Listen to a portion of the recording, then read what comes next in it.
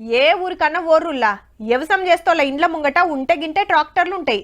ఆడాడ ఒకటి రెండు ఎడ్ల బండ్లు కానొస్తే మా ఎక్కువ బర్లు సుతా అంతంతే. ఇక ఆవుల గురించి అయితే ఎంత తక్కువ మాట్లాడితే అంత మంచిది. మునుపు మందలకు మందలే ఉండేటి, దినమింత కానరాకుండా అవుతున్నాయి మరి. కానీ అడవిని నమ్ముకొని బతికే ఆదివాసులు అట్లా కాదుల్లా. వాళ్ళ పద్ధతులు ఆచారాలు పండుగలు అలాగుంటాయి. ప్రకృతిని జీవాలను వాళ్ళు అరుసుకునే తరీకే ఏరుంటదుల్లా.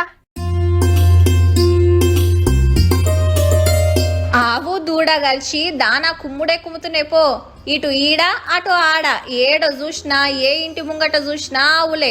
ఈ ఒక్కూర్లనే కావు, ఆదిలాబాద్ జిల్లాలున్న శానా ఆదివాసి గూడాలల్లా ఇట్లనే ఉంటది. వెనకటికెళ్ళి సుత ఆవులను దేవత లెక్క గోలుస్తారు. ఆగో పూజలు చూడుండ్రి ఎట్లా చేస్తున్నారో.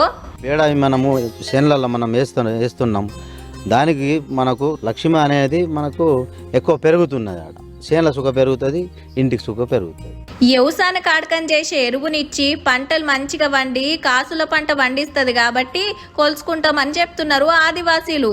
అంతేకాదు బిడ్డకు పెళ్లి చేస్తే కట్నం కింద ఆవునిస్తారంటే చూడుండ్రిగా.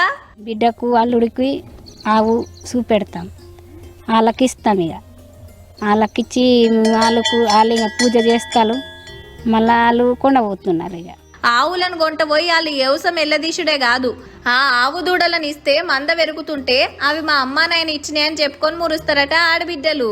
అవి ఒకటి ఇస్తే 2-3 అవుతాయి, మళ్ళీ మా అమ్మ నాన్న ఇచ్చిండ్రని వాళ్ళు అవి ఆవుకు చూసుకుంటా ఉంటారు. ఇక ఏదెట్లున్నా దినామింత కాన రాకుండా అవుతున్న ఆవులను కంటికి రెప్పలెక్క కాపాడుకునుడే కాదు, దేవతల లెక్క పూజలు సుతా చేస్తుండ్రంటే చూడుండ్రిగా.